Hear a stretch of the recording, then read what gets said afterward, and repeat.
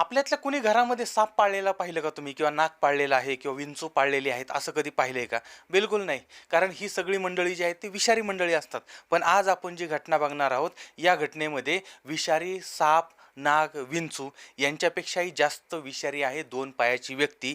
जी व्यक्ती स्वतःच्या संसाराला स्वतःच्या हातानं संपवते आहे, स्वतःच सगळ्यांना उद्ध्वस्त करण्याचा प्रयत्न करते आहे, स्वतःचा स्वार्थ साधण्याचा प्रयत्न करते आहे. आता त्या व्यक्तीनं असं का केलं होतं, ही घटना नक्की काय आहे आणि ही घटना टाळता आली नसती का, हे बघणार आहोत आपण आजच्या या घटनेमध्ये. आणि यासाठी आपल्याला जायचं आहे मुंबईला. मुंबई या ठिकाणचं सांताक्रूज आहे, सांताक्रूज पश्चिम. आणि या भागामध्ये एक कापड व्यापारी राहत आहेत, त्यांचं नाव आहे कमलकांत शाह. आता हे ऑगस्ट 2022चा शेवटचा आठवडा होता. त्या आठवड्यामध्ये आजारी पडलेले होते. आता त्यांना पोटामध्ये दुखायला लागलं, त्यानंतर त्यांना उलट्या व्हायला लागल्या होत्या. आता त्यामुळे मग त्यांच्या फॅमिली डॉक्टरांना बोलवण्यात आलं. मग डॉक्टरांनी तपासलं आणि जी लक्षणं दिसत होती त्याप्रमाणे मग त्यांनी उपचार करायला सुरुवात केली. आता पण काही फरक काही पडलेला नव्हता, उलट त्रास जो आहे तो जास्त वाढत होता. आता त्यामुळे मग या डॉक्टरांनी सांगितलं, म्हटलं की आता हॉस्पिटलमध्ये दाखल व्हावं लागेल. आणि त्याप्रमाणे 3 सप्टेंबर 2022 या दिवशी यांना अंधेरीच्या क्रिटिकेअर हॉस्पिटल आहे, त्या क्रिटिकेअर हॉस्पिटलमध्ये दाखल करण्यात आलं होतं. त्या ठिकाणी यांच्यावरती उपचार चालू झाले होते, पण यांचा त्रास मात्र कमी होत नव्हता, तो वाढत चालला होता. त्यानंतर यांना बॉम्बे हॉस्पिटल या ठिकाणी ॲडमिट करण्यात आलं. त्या ठिकाणी यांच्यावरती उपचार चाललेले होते, पण इथंसुद्धा त्यांना आराम पडत नव्हता, फरक पडत नव्हता. उलट काही धक्कादायक लक्षणं त्यांची दिसायला लागलेली होती आणि एक एक करत त्यांचे अवयव जे आहेत ते निकामी व्हायला लागलेले होते. त्या अवयवांनी काम करणं बंद करायला सुरुवात केली होती. आता मात्र डॉक्टरांच्या मनामध्ये शंकेची पाल चुकचुक करायला लागली आणि त्यामुळे डॉक्टरांनी यांच्या रक्ताची तपासणी म्हणजे रक्ताचे नमुने जे आहेत ते लॅबला पाठवले. आता याच्यामध्ये एक भयंकर गोष्ट समोर आली. बघा, मानवी शरीरामध्ये अनेक केमिकल असतात. आता त्यांचं जर प्रमाण, त्या केमिकलचं जर प्रमाण सामान्य असेल तर मात्र ते शरीराला वरदान ठरतं, पण तेच जर कमी जास्त प्रमाणात असेल तर तेच अत्यंत घातक ठरतं. आता या प्रकरणामध्ये कमलकांत यांच्या शरीरामध्ये आर्सेनिक हे जे केमिकल आहे ते 400 पटींनी वाढलेलं होतं आणि थेलियम हे जे केमिकल आहे ते 365 पटींनी वाढलेलं होतं. याचा अर्थ हे विष त्यांच्या पोटामध्ये गेलं होतं आणि हे विष मिळणं फार दुर्मिळ आहे. अशा पद्धतीच्या गोष्टी मिळणं दुर्मिळ आहे आणि ते पोटात जाणं सुद्धा दुर्मिळ आहे. म्हणजे हे कोणीतरी त्यांना तोंडावाटे दिलेलं आहे. आणि हे जे विष आहे ते रंगहीन आहे, चवहीन आहे आणि त्यामुळे मग ते देऊन यांना अशा पद्धतीनं ह्या सगळ्या गोष्टी घडवण्याचा प्रयत्न झालेला असावा, अशी शंका त्या डॉक्टरांना आलेली आहे. पण प्रश्न हा होता की कमलकांत यांना हे विष कोणी दिलं. आता याच काळामध्ये 19 सप्टेंबर 2022 या दिवशी कमलकांत जे आहेत त्यांचा मृत्यू झालेला आहे. आता सुरुवातीला हा जो मृत्यू आहे तो नैसर्गिक वाटत होता, पण रक्त तपासल्यानंतर मात्र हा एक वेल प्लॅनिंग मर्डर होता आणि हे समोर आलेलं होतं. आता डॉक्टरांनी पोलिसांना कळवलेलं आहे. आझाद मैदान पोलीस जे आहेत त्यांच्यामध्ये या मृत्यूची नोंद करण्यात आलेली आहे. पोलिसांनी त्यांच्या चौकशीला सुरुवात केली. कमलकांत यांची पत्नी कविता उर्फ काजल, त्यांची 2 मुलं, एक 20 वर्षाची मुलगी, एक 17 वर्षाचा मुलगा, कमलकांत यांची बहीण कविता ललवानी, मेहुणे अरुण ललवानी आणि त्यांच्या परिवारातील इतर जे सदस्य आहेत त्यांच्याकडून माहिती घ्यायला सुरुवात केली. आता यावेळेस कमलकांत यांची पत्नी काजल हिच्याबद्दलची विचित्र माहिती समोर आली होती. या काजलचं बाहेर अफेअर असल्याचं कळलेलं होतं. आता संशयाची सुई या काजलवरती गेली होती. पोलिसांनी तिला ताब्यात घेतलं. त्याचबरोबर ती नंतर पोलिसांनी अजून डिटेल्स काढल्या, हिचे CDR वगैरे काढले आणि त्याच्यातनं मग हिचा जो प्रेमी आहे हितेश जैन ह्याला सुद्धा पोलिसांनी ताब्यात घेतलं. या दोघांकडे चौकशीला सुरुवात झाली. पण हे दोनही खेळाडू हे पट्टीचे खेळाडू होते आणि त्यांनी पोलिसांना ताकास्तूर लागून द्यायला ते तयार नव्हते. पण मुंबई पोलीस काय कच्च्या गुरूचे चेले नव्हते. त्यांनी सगळे पुरावे जमा केलेले होते, मेडिकल रिपोर्ट जमा केले होते, डॉक्टरांचे रिपोर्ट, रक्ताची तपासणी, त्याचबरोबर हे जे 2 प्रेमी जीव होते त्यांच्यामधला म्हणजे CDR काढल्यानंतर त्यांचं चॅटिंग, त्यांचे मेसेज आणि बाकीच्या सगळ्या महत्त्वाच्या गोष्टी, हा सगळा पुरावा जमा केला होता. एवढंच नाही तर ज्या डीलरनं हे दिलेलं होतं, जे विष ज्यांना दिलं होतं, कारण हे विष असं सहजासहजी मिळत नाही, तर त्याच्यासाठी मग यांनी काही लेटर हेड वगैरे वापरलेले होते आणि वेगळ्या पद्धतीनं प्रयत्न करून त्या डीलरकडून ते घेतलेले होते. तर त्या डीलरकडून सुद्धा यांनी ही माहिती घेतलेली आहे आणि या सगळ्यांच्या आधारे या 2 प्रेमीजीवांची चौकशी चालू झाली होती. जवळजवळ 10 तास यांची चौकशी केली आणि शेवटी मग यांनी कबूल केलं आणि या हत्येचा पर्दाफाश झालेला आहे. याच्यामध्ये अजून एक बाब समोर आली, ती म्हणजे या ठिकाणी केवळ कमलकांत यांची हत्या झाली असं नाही, तर 1 महिन्यापूर्वी कमलकांत यांच्या आईचं म्हणजे सरला शाह यांचं सुद्धा निधन झालेलं होतं आणि त्यांचं सुद्धा प्रकरण अशाच पद्धतीनं घडलेलं होतं. अशाच पद्धतीची लक्षणंसुद्धा होती आणि अशाच पद्धतीनं त्यांचाही मृत्यू झालेला होता. आता घरातलीच ग्रहलक्ष्मी अशा पद्धतीनं का वागलेली होती? तर साधारणपणे 20-22 वर्षापूर्वी कमलकांत आणि काजल यांचं लग्न झालेलं होतं. आता यांना 20 वर्षानंतर म्हणजे एक 20 वर्षाची मुलगी म्हणजे 20-22 वर्षापूर्वी लग्न झाले.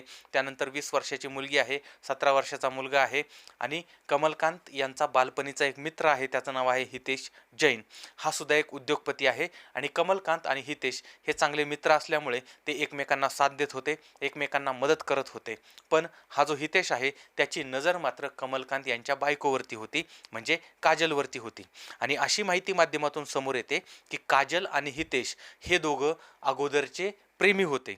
म्हणजे अगोदर त्यांचं प्रेम प्रकरण होतं. नंतर 10 वर्षापासून पाठीमागच्या 10 वर्षापासून यांच्यामध्ये हे अनैतिक संबंध चालू झालेले होते. सुरुवातीला हे सगळं प्रकरण जे आहे ते छपून लपून चाललेलं असायचं. आता मुलं वयात आलेली होती, मुलं अगदी हाताखाली आलेली होती. असं असताना सुद्धा काजल आणि हितेश हे मात्र अशा पद्धतीनं रंग उधळत होते. आता ही जी बाब आहे ती कमलकांत यांना समजलेली होती आणि त्यांनी अनेकदा यांना रंगेहात पकडलेलं होतं, यांना जाब विचारलेला होता. पण आपलं काहीच चुकत नाहीये किंवा आपण चुकीचं वागत नाहीये असं या काजलला वाटत होतं आणि त्यामुळे तीच नवऱ्याबरोबर ती भांडण करत होती, वाद घालत होती. आणि पुढं हा पती पत्नीमधला वाद इतक्या टोकाला गेला की काजल जी आहे ती घर सोडून माहेरला निघून गेली. आता काही काळ ती तिकडं राहिली. आता या काळामध्ये तिला आणि तिच्या प्रियकराला जास्तीत जास्त वेळ मिळत होता आणि इकडं दोन्ही घरच्या मंडळी जी आहेत, मोठी मंडळी, त्यांना असं वाटत होतं की आता ह्या दोघांची मुलं हाताखाली आलेली आहेत, लग्नाच्या वयात आले, तर आता 20 वर्षाची मुलगी आहे, 17 वर्षाचा मुलगा आहे, त्यामुळे ह्या नवरा बायकोने अशा पद्धतीनं भांडणं योग्य नाही आहे. आणि त्यामुळे मग त्या काजलला सासरी आणायचे प्रयत्न चालू झाले. आता यावेळेस ती काजल सासरी जायला तयार झाली, पण आडेवेडे घेत होती आणि तिनं सांगितलं, म्हणजे काही अटी घातल्या होत्या. त्याच्यामध्ये एक अट होती की मी नवऱ्याबरोबर ती बेडरूम शेअर करणार नाही, मी फक्त माझ्या मुलांसाठी त्या ठिकाणी येते आहे. आणि त्यानंतर ती सासरी आली होती. आता तिकडं सासरी येऊन मग तिनं सासूवरती आणि आपल्या नवऱ्यावरती प्रचंड उपकार केले आणि ती तिथं राहायला लागली. पण याच काळामध्ये तिचा प्रियकर आणि ती या दोघांनी मिळून कट शिजवायला सुरुवात केली होती, नवरा आणि सासूला मारण्याचा. कारण नवऱ्याला असा सोडून दिला की बाबा चला मी आता तुझ्यापासून घटस्फोट घेते किंवा तुझ्यापासून वेगळी राहते, तर नवऱ्याची करोडोची संपत्ती जी होती ती मिळणार नाही, जमीन मिळणार नाही, घरं मिळणार नाहीत. आणि त्यामुळे नवरा नसला तरी चालेल, नवरा मेला तरी चालेल, पण त्याची संपत्ती, त्याचा पैसा मात्र आपल्याला मिळाला पाहिजे. आणि यासाठी काजल आणि तिचा प्रियकर हितेश यांनी प्लॅन करायला सुरुवात केली होती. आता घरी काजल जी आहे ती स्वयंपाक वगैरे करायचे. आता यावेळेस मग यांनी हे जे विषारी पदार्थ आहेत ते विषारी पदार्थ यांच्या जेवणात घालायला सुरुवात केली आणि ह्यांना रंग नाही आहे, चव नाही आहे आणि त्यामुळे अत्यंत थोड्या प्रमाणात ते टाकायला सुरुवात केली. स्लो पॉयझन द्यायला सुरुवात केली, जेणेकरून हे सासू मरेल आणि नवराही मरेल आणि आपल्यावरती बालंट येणार नाही आणि नैसर्गिक मृत्यू आहे असं वाटेल, आपली टिळा म्हणजे इडापिडा टळून जाईल आणि आपल्याला म्हणजे प्रियकर प्रेयसीला नंतर लग्न करता येईल. अशा पद्धतीनं ह्यांनी प्लॅन केला आहे आणि त्या प्लॅनप्रमाणे नवरा आणि सासूच्या जेवणामध्ये हे द्यायला लागलं. आता बाहेर खाली विषारी बाईच्या हातचं विषारी अन्न खाऊन हळूहळू यांच्यामध्ये ते विष उतरायला लागलेलं आहे आणि या आईमध्ये आणि त्या मुलामध्ये विषाचा प्रभाव जो आहे तो वाढायला लागला आहे. आणि स्लो पॉयझनने अगोदर सासू सरला जी आहे त्या आजारी पडलेले आहेत, त्यांच्या पोटात दुखायला लागलं, त्यांना उलट्या व्हायला लागल्या आणि त्यांना दवाखान्यात नेण्यात आलं आणि 13 ऑगस्ट 2022 या दिवशी त्यांचा मृत्यू झाला होता. आता त्यांचा मृत्यू झाला, सगळ्यांना वाटलं त्यांचं वय झालेलं आहे त्याच्यामुळे त्यांचा मृत्यू झाला आहे, तो मृत्यू नैसर्गिक वाटला. आणि पुढच्या काही दिवसातच म्हणजे 24 ऑगस्टला कमलाकांत यांना सुद्धा त्रास सुरू झालेला होता आणि त्यांना नंतर दवाखान्यामध्ये ॲडमिट केलं. अगोदर सासूचा खून जो आहे तो पचला होता आणि हा पती जो आहे तो आता काही दिवसामध्ये मरणार आहे हे या बायकोला, ह्या विषारी बायकोला कळलेलं होतं आणि त्यामुळे आता नवरा दवाखान्यामध्ये असताना हिनं तिची चाल खेळायला सुरुवात केली. नवरा मरणाच्या दारात असताना त्याच्याकडचे लाखो रुपये जे आहेत ते तिनं मागायला सुरुवात केली होती.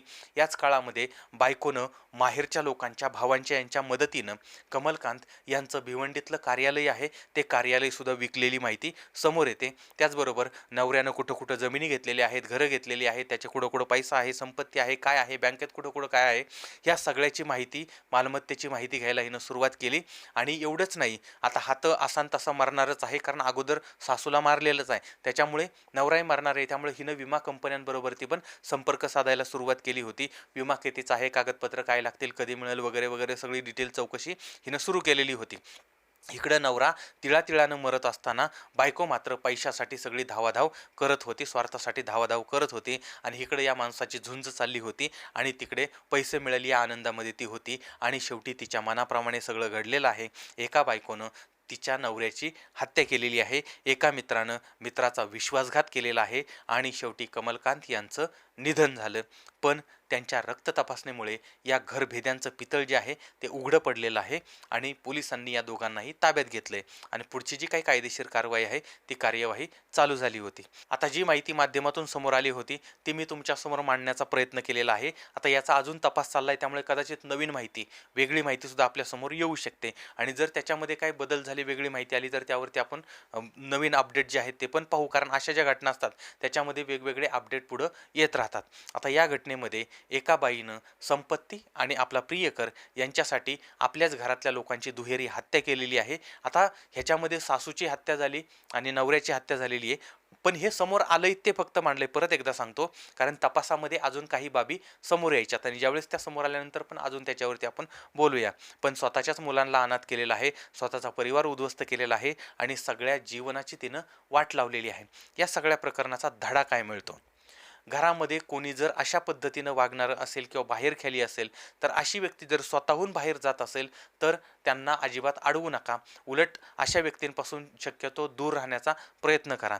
दुसरी गोष्ट, पाठीमागं आपण अनेक वेळा बोललेलो आहोत, आताही परत एकदा सांगतो की लग्न करत असताना सुंदर, देखणेपणा या गोष्टींपेक्षा किंवा पैसा या गोष्टींपेक्षा चारित्र्य बघा, कारण इथून पुढं संसार फक्त आणि फक्त चारित्र्य संपन्न लोकांचेच टिकणार आहेत. तिसरी गोष्ट, ज्यांना एका घरामध्ये राहून आपल्या जोडीदाराची किंमत नाही आहे, जे आपल्या जोडीदाराबरोबर ती प्रामाणिक राहू शकत नाहीत, तर अशा लोकांपासून सुरक्षित अंतर ठेवा आणि शक्यतो दूरच राहा. या सगळ्या घटनेवरून लक्षात येतं की बऱ्याच वेळा काय होतं की आता दृश्यम चित्रपट आला, त्याच्यानंतर काही मंडळींनी दृश्यमसारखं काहीतरी प्रकरण करण्याचा प्रयत्न केला, त्यानंतर कुठला तरी आणखी चित्रपट आला, त्या पद्धतीने करायचा प्रयत्न केला. लक्षात घ्या, प्रत्येक वाईट गोष्टीचा शेवट हा वाईटच असतो, त्याचा परिणाम हा दुष्परिणाम असतो, हेही लक्षात ठेवायचं.